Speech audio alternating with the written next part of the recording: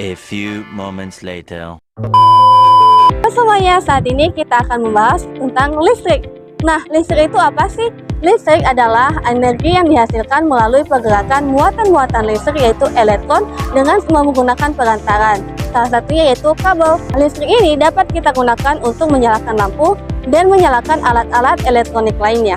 Nah, energi dari listrik ini dapat kita hasilkan melalui generator, baterai, dan panel surya.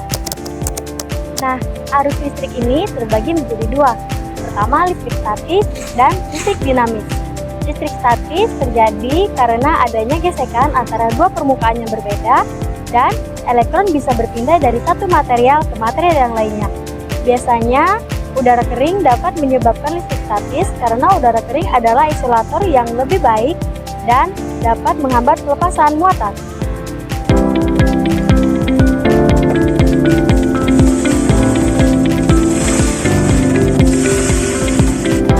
Sengatan listrik statis ini dapat memberikan efek tidak nyaman saat tersengat dan dapat membahayakan pekerja juga saat lingkungan kerja.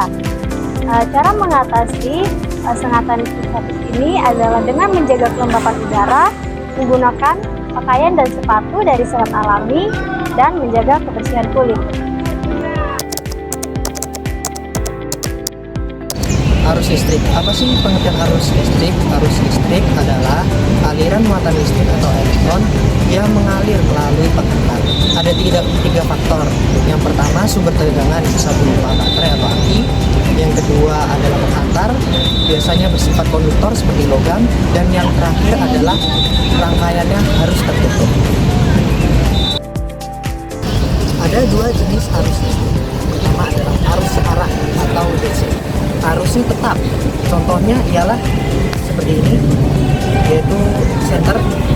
Dan yang kedua adalah arus bolak-balik atau AC. Arus ini berubah-ubah secara periodik, contohnya ialah PLN yang berada di rumah kita atau kipas angin yang saya pegang. Lalu ada satuan dan rumus. Simbolnya ialah I besar, satuannya ampere, dan pengukur satuannya ialah ampere meter. Dasar rumusnya ialah I sama dengan Q bagi T, dan dasar ohmnya sama dengan I sama dengan V bagi R. Faktor yang memengaruhi arus listrik yaitu tegangan atau V, hambatan atau R, jenis sumber arus, suhu lingkungan, dan jenis rangkaian. Manfaat arus listrik bagi kehidupan kita sehari-hari yaitu bermanfaat pada bidang kesehatan, bermanfaat pada bidang komunikasi dan elektronik, bermanfaat pada bidang industri, bermanfaat pada bidang transportasi modern. Jadi, arus listrik adalah dasar dari semua teknologi listrik dan elektronik. Jadi, memahami konsep arus listrik sangat membantu kita menggunakan energi listrik dengan aman dan lebih efisien. Tegangan listrik adalah beda potensial yang terjadi karena adanya perbedaan muatan listrik. Tegangan listrik tidak bisa kita lihat, namun bisa kita rasakan dan juga ukur besarnya. Tegangan listrik dengan nilai tertentu dapat berbahaya bagi manusia. Contohnya, pada saat kejadian kesetrum, manusia mengalami tegangan listrik yang tinggi sehingga mengalami kejadian itu. Fungsi dari tegangan listrik adalah sebagai power atau tenaga dan juga sumber penggerak bagi berbagai rangkaian alat listrik seperti setrika dan juga kipas angin.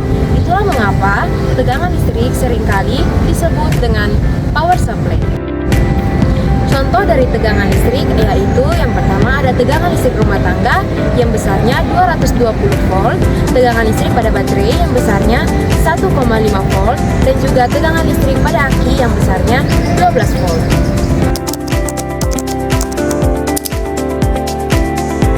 Nah, sekarang kita bahas yaitu hambatan listrik. Hambatan listrik merupakan ukuran sejauh mana suatu objek menentang aliran arus listrik.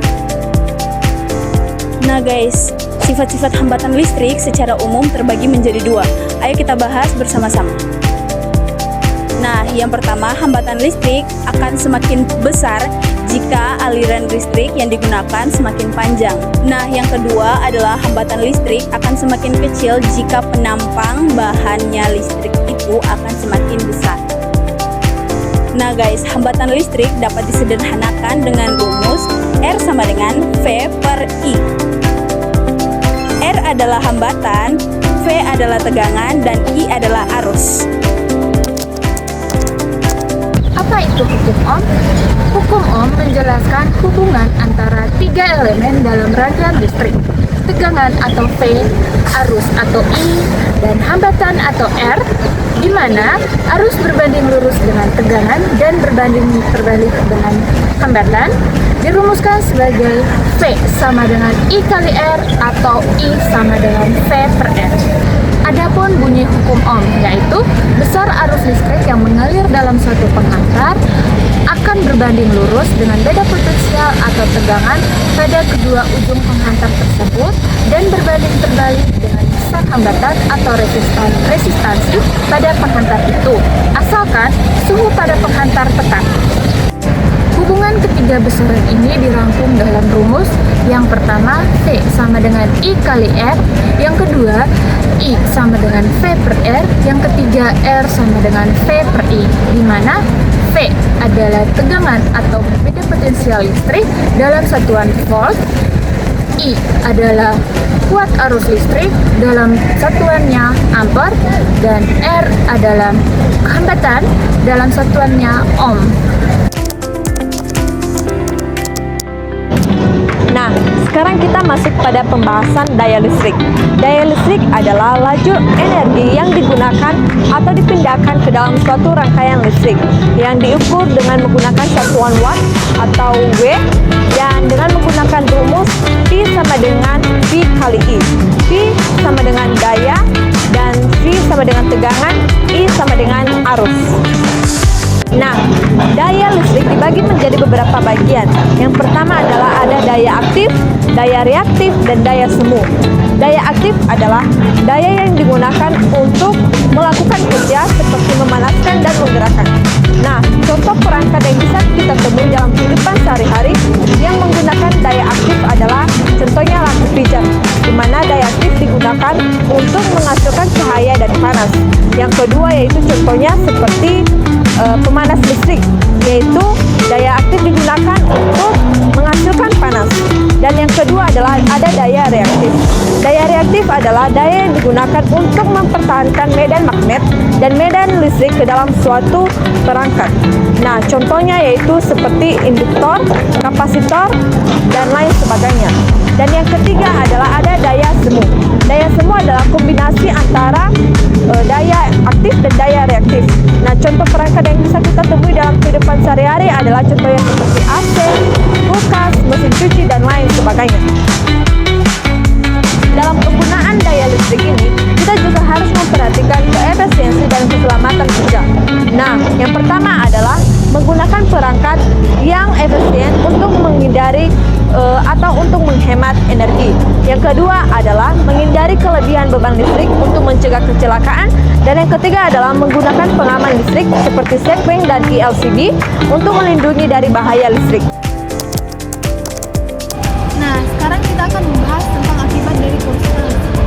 Akibat dari kerusakan listrik dapat menyebabkan cedera fisik, contohnya seperti luka bakar atau bahkan kematian, serta dapat merusak peralatan dan struktur bangunan akibat ledakan yang tinggi. Ada beberapa contoh akibat kerusakan listrik pada manusia. Yang pertama ada tersengat listrik, yang kedua ada luka bakar, dan yang ketiga ada kerusakan otot dan saraf. Nah, ada beberapa tindakan untuk mencegah kerusakan listrik. Yang pertama yaitu adalah periksa instalasi listrik, yang kedua matikan peralatan yang tidak digunakan, dan yang ketiga yaitu gunakan peralatan yang bersih. Nah, kali ini kita akan membahas mengenai mikro dan mikrosok dalam listrik. Nah, dalam materi listrik, mikro dan mikrosok biasanya mengacu pada satuan dan komponen kecil dalam listrik ataupun elektronika. Nah, pada materi mikro adalah simbol satuan dalam sistem internasional yang berarti 10⁻⁶ atau 1/juta. Nah, pada kelistrikan, mikro sering dipakai dalam satuan yaitu mikroampere, mikrofarad, dan mikroohm. Jadi, mikro adalah skala kecil dari besaran listrik yang jarang ditulis dengan angka desimal panjang. Contohnya itu kapasitor 45 mikrofarad yang artinya 10 dikali 47/6 farad. Kali ini kita akan membahas mengenai Microsoft. Microsoft adalah mikrokosmos, yaitu kajian pada atom atau partikel dalam listrik. Pada tingkat mikrokosmos, kita lihat bahwa listrik sebagai arus yang mengalir pada kabel, tegangan pada baterai atau nyala lampu. Pada tingkat mikrokosmos, listrik dijelaskan sebagai pergerakan elektron dalam konduktor, interaksi antar muatan, serta bagaimana ion bergerak dalam larutan. Nah, misalnya itu pada elektrolisis. Nah, contohnya arus listrik pada cara mikrokosmos yaitu jumlah muatan yang beralih per detik. Nah, sedangkan pada makrokosmos itu arus listrik pada makrokosmos yaitu hasil dari banyaknya elektron yang bergerak dengan kecepatan hanyut atau drift velocity atau melalui kawat. Nah, sekarang kita akan membahas tentang keamanan penggunaan listrik. Yang pertama yaitu air dan listrik tidak kompatibel. Maksudnya gimana sih? Air itu menurunkan hambatan arus sehingga membuat arus listrik itu berbahaya jika bersentuhan dengan air.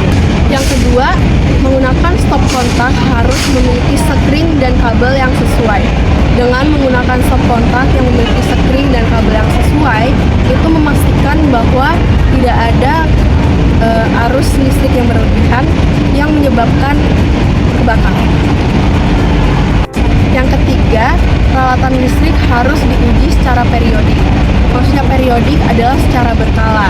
Dengan mengecek peralatan listrik secara berkala, itu memastikan bahwa alat listrik yang kita gunakan itu berfungsi dengan baik dan tidak ada masalah. Yang keempat, mencegah terjadinya microshock dengan menggunakan pakaian yang tepat. Dengan menggunakan pakaian yang tidak menghasilkan listrik statis, itu dapat menghindari terjadinya sengatan kecil atau microshock.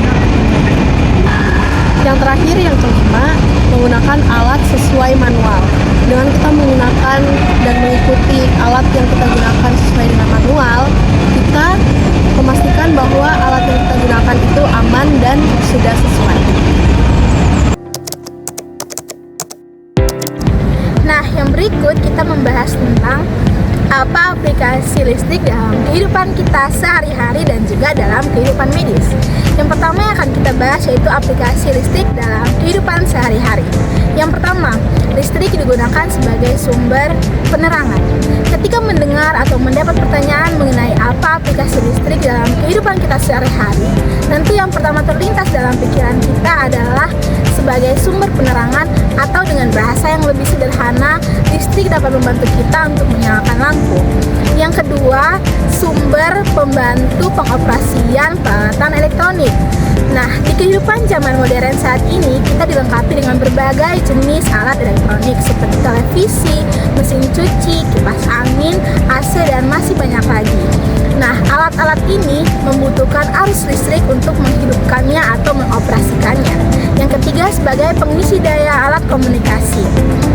Nah, tentu zaman sekarang ini kita berkomunikasi tidak lagi surat menyurat. Kita menggunakan handphone, laptop, dan masih banyak lagi. Nah, ketika menggunakan laptop atau handphone, tentu daya baterainya terus berkurang, bukan? Nah, agar daya baterainya tetap terjaga, kita membutuhkan arus listrik untuk mengisi daya pada alat komunikasi. Yang berikut sebagai pengisi daya dan juga penggerak alat transportasi. Hadirnya mobil dan juga motor listrik membuat kita mengurangi polusi udara yang ada pada lingkungan sekitar kita. Nah, untuk menggerakkan alat transportasi ini, kita membutuhkan arus listrik untuk menggerakkan alat transportasi tersebut. Nah, yang kelima, listrik sebagai penghasil energi panas. Jadi, dari energi listrik dapat diubah menjadi energi panas yang kemudian dapat kita manfaatkan dalam kehidupan kita sehari-hari, seperti memanaskan air dan juga menyetrika baju. Lalu bagaimana dengan aplikasi dalam kehidupan medis yang pertama, listrik digunakan dalam berbagai alat diagnostik seperti alat elektrokardiogram, alat yang merekam aktivitas listrik jantung. Kemudian alat elektroensefalogram, alat yang merekam aktivitas listrik dari otak. Yang berikut ada alat elektromiografi, alat yang merekam aktivitas listrik dari otot. Yang berikut ada juga CT scan dan juga MRI yang menggunakan energi listrik untuk menghasilkan gambar tubuh bagian dalam. Yang berikut ada juga alat defibrilator, alat yang menggunakan kejutan listrik untuk mengembalikan kembali irama jantung yang tidak normal. Yang berikut ada juga terapi elektrostimulasi, terapi yang menggunakan energi listrik untuk merangsang kembali saraf dan juga otot. Yang berikut ada juga pisau bedah listrik. Pisau bedah listrik yang memotong dan juga mengontrol pendarahan menggunakan energi panas yang dihasilkan dari arus listrik. Lalu yang terakhir adalah ultrasound atau USG yang menggunakan energi listrik untuk menghasilkan gelombang suara yang berfrekuensi lebih tinggi. Nah, itu adalah salah satu berbagai jenis contoh dari aplikasi listrik dalam kehidupan sehari-hari dan juga dalam kehidupan medis. Sekian dan terima kasih.